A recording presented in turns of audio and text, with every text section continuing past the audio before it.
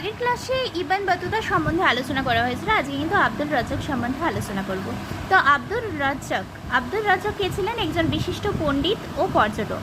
ইনি জন্মগ্রহণ করেছিলেন 7ই নভেম্বর 1413 খ্রিস্টাব্দে পারস্যের হিরাট শহরে, বর্তমান আফগানিস্তানের অন্তর্গত। এনার সম্পূর্ণ নাম কামাল উদ্দিন আব্দুল রাজ্জাক ইবন ইসাক সমরকান্দি। ভারতে ইনি এসেছিলেন কত সালে? 1442 খ্রিস্টাব্দে বা 1442 সালে। এরা উল্লেখযোগ্য গ্রন্থ মাতলা উস সাদাইন ওয়া মাজমা উল বাহরেন। ইনি পরলোক গমন করেন 1482 খ্রিস্টাব্দের আগস্ট মাসে হিরাটে, অর্থাৎ যেখানে জন্মগ্রহণ করেছিলেন সেখানেই কিন্তু এনার মৃত্যু হয়। আব্দুল রাজ্জাক ছিলেন পারস্যের বিখ্যাত পর্যটক। এনার পিতা ছিলেন জালালউদ্দিন ইসাক। তো এনার পিতার নাম কি? জালালউদ্দিন ইসাক। 1437 সালে পারস্যের সম্রাট মির্জা শাহরুখ এর দরবারে কাজী হিসেবে নিযুক্ত হয়েছিলেন আব্দুল রাজ্জাক। এরপর তিনি ভারতের কালিকটে জামোরিন শাসকের দরবারে আসেন, অর্থাৎ মির্জা শাহরুখ পারস্যের সম্রাট ছিলেন, এখানে কাজী হিসেবে নিযুক্ত ছিলেন আব্দুল রাজ্জাক। তারপরে কিন্তু জামোরিন শাসকের দরবারে এসেছিলেন। জামোরিন কোথাকার শাসক? কালিকটে। এখানে দরবারে আসেন এবং এনার বাবা যে ছিল না, আব্দুল রাজ্জাকের বাবা মানে জালালউদ্দিন ইসাক, ইনি কিন্তু তৈমুর লংয়ের চতুর্থ ছেলে বা চতুর্থ সন্তান। এবার আব্দুল রাজ্জাক 1442 থেকে 45 খ্রিস্টাব্দ পর্যন্ত ভারতে ছিলেন, অর্থাৎ 3 বছর। 1442 থেকে 45, 3 বছর কিন্তু ভারতে ছিলেন। ইনি বিজয়নগর সাম্রাজ্যে গিয়েছিলেন। 1482 খ্রিস্টাব্দের আগস্ট মাসে হিরাটে মৃত্যুবরণ করেন। এই ছিল এনার পুরো বিষয়টা। এবার দেখি ইনি কোথায় কোথায় গিয়েছিলেন। তো প্রথমে কালিকট ও বিজয়নগর পরিভ্রমণের অভিজ্ঞতা আব্দুল রাজ্জাক প্রায় 45 পৃষ্ঠা জুড়ে কিন্তু লিখেছেন। এনার গ্রন্থের নাম আগেই দেখলাম মাতলা উস সাদাইন ওয়া মাজমা উল বাহরিন। এছাড়া তিনি এই গ্রন্থে শাহরুখ সিংয়ের বংশধরের রাজত্বকাল সম্বন্ধেও লিখেছেন। এর কালিকট সম্বন্ধে জানবো। 1442 খ্রিস্টাব্দে জানুয়ারি মাসে আব্দুল রাজ্জাক কোহিস্তান থেকে কেরমান, তারপরে হরমুজ বন্দর, তারপরে মাস্কাট থেকে কারিয়াত থেকে ভারতে এসেছিলেন, অর্থাৎ এতগুলো জায়গা ঘুরে তারপরে কিন্তু ভারতে এসেছিলেন। এবং 1442 খ্রিস্টাব্দের নভেম্বর মাসে ভারতের কালিকটে এসে পৌঁছন। কত খ্রিস্টাব্দে? 1442 খ্রিস্টাব্দের নভেম্বর মাসে কিন্তু ভারতের কালিকটে এসে পৌঁছেছিলেন এবং অসুস্থ হয়ে পড়েন সেখানেই। আব্দুল রাজ্জাক তার বিবরণীতে জানান এখানকার অধিবাসীরা কেমন ছিল? ঘন কৃষ্ণ বর্ণের, অর্থাৎ কালো।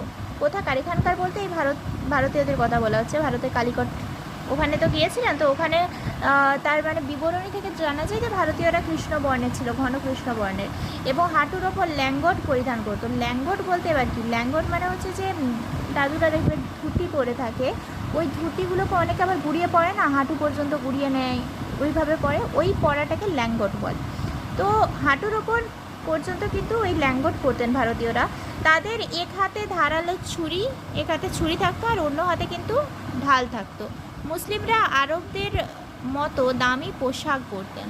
তো এখানে ভারতীয় মুসলিমেরা আরবদের মতো দামি পোশাক পরতেন। কালিকটে আসা 3 দিন পর জামোরিনের শাসকের সাথে তার সাক্ষাৎ হয়। কতদিন পর? কালিকটে আসার 3 দিন পরে জামোরিন শাসকের সাথে সাক্ষাৎ হয় এবং স্থানীয় মানুষজন রাজাকে শামুরি বলতেন। শামুরির উত্তরাধিকার হতো বোনের সন্তান অথবা ভাগ্নে, অর্থাৎ শামুরি বলতে রাজা, তারপরে তার মৃত্যুর পরে বা তিনি যখন সিংহাসন ছেড়ে দেবেন তখন কে রাজা হবে? তার বোনের সন্তান বা ভাগ্নে।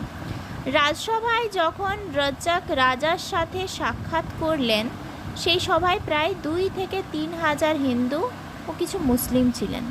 মানে যখন আব্দুল রাজ্জাক রাজার সাথে সাক্ষাৎ করতে গেলেন রাজসভায়, তখন কিন্তু 2 থেকে 3 হাজার হিন্দু ছিল এবং কিছু মানুষ মুসলিমও ছিল। রাজ্জাক রাজাকে একটি চিঠি, ঘোড়া এবং সোনার তৈরি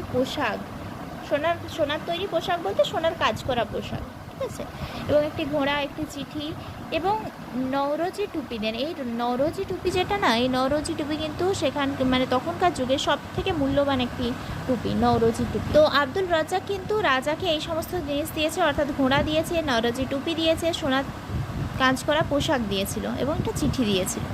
সমাজে ব্রাহ্মণ ও যোগীদের উপস্থিতি দেখা যায়, মূর্তি পূজা দেখা যায়। কালিকটে মক্কা হাজ্জাজ থেকে বাণিজ্য জাহাজ আসতো। কালিকটে তিনি 5 থেকে 6 মাস ছিলেন। তাহলে আব্দুর রাজ্জাক কালিকটে কতদিন ছিলেন? 5 থেকে 6 মাস। এবার বিজয়নগর সম্বন্ধে জানবো। বিজয়নগরে যে আব্দুর রাজ্জাক গিয়েছিল ওখানে কি কি দেখেছে? জামোরিন শাসককে নিয়ে রাজ্জাক বিজয়নগর যাত্রা করেন। তাহলে কাকে নিয়ে? জামোরিন শাসককে নিয়ে কিন্তু রাজা বিজয়নগরে যাত্রা শুরু করেন, অর্থাৎ কালিকটের যে রাজা জামোরিন এনাকে নিয়ে কিন্তু যাত্রা শুরু করে। প্রথমে জাহাজে করে ম্যাঙ্গালোর বন্দরে গিয়েছিলেন, তারপরে হাঁটা পথে তিনি কিন্তু বিজয়নগরে যান। তাহলে প্রথমে তিনি জাহাজে করে ম্যাঙ্গালোর গিয়েছিল। কার সাথে গিয়েছিল মনে রাখবে? জামোরিন শাসককে সাথে করে নিয়ে গিয়েছিল এবং প্রথমে গিয়েছিল জাহাজে করে ম্যাঙ্গালোর এবং ম্যাঙ্গালোর থেকে হাঁটা পথে তিনি বিজয়নগরের উদ্দেশ্যে রওনা হন। 1443 সালের এপ্রিল মাসে তিনি বিজয়নগরে উপস্থিত হয়েছিলেন। বিজয়নগরের রাজা দ্বিতীয় দেবরায়, এখানে একটা কোয়েশ্চেন হবে যে আব্দুর রাজ্জাক যখন বিজয়নগরে আসেন তখন বিজয়নগরের রাজা কে ছিলেন? রাজা ছিল কিন্তু দ্বিতীয় দেবরায়। তো দ্বিতীয় দেবরায় তার সাথে বিকেলবেলায় সাক্ষাৎ হয়। তিনি রাজার জন্য 5টি সুন্দর ঘোড়া ও থালা ভর্তি রেশম নিয়ে যান। অর্থাৎ বিজয়নগরের, তার আগে দেখি কালিকটের রাজা জামোরিনের জন্য কি নিয়ে গিয়েছিল?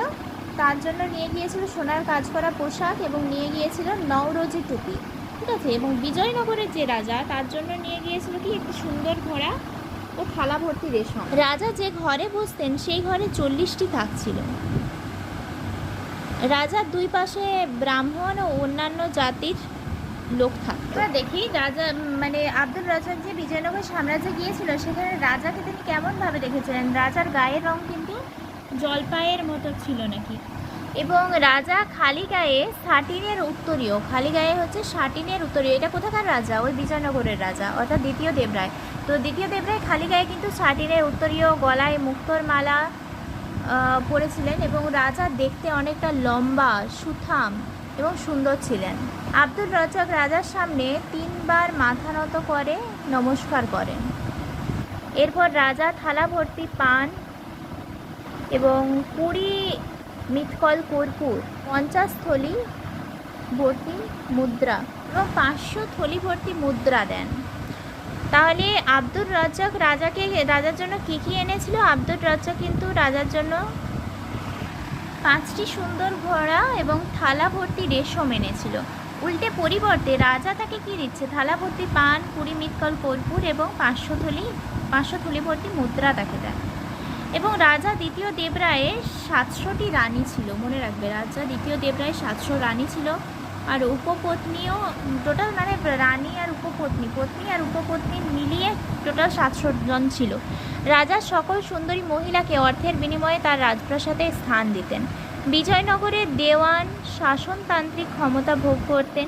বিজয়নগরের রাজপ্রাসাদের বাম দিকে ছিল দেওয়ান দপ্তর। তাহলে বিজয়নগরের দেওয়ান দপ্তর কোথায় ছিল? রাজপ্রাসাদের বাম দিকে। সেখানে কেরানিরা খাতা দেখার কাজ করত। তখনকার দেওয়ান লক্ষণ দণ্ডায়ক। ওকে, তো আজকে এই পর্যন্ত। পরবর্তী ক্লাসে কিন্তু আমরা যা পড়েছি ইতিহাসে, যেমন ফার্স্ট মার্কো পোলো দেখেছি, ইবন বতুতা দেখেছি, তারপরে তোমার আজকে যেটা দেখলাম আব্দুর রাজ্জাক দেখলাম, অল বিরুনি পড়া হয়ে গেছে। তো এই 4টি থেকে কিছু ইম্পর্টেন্ট কোয়েশ্চেন আলোচনা করব।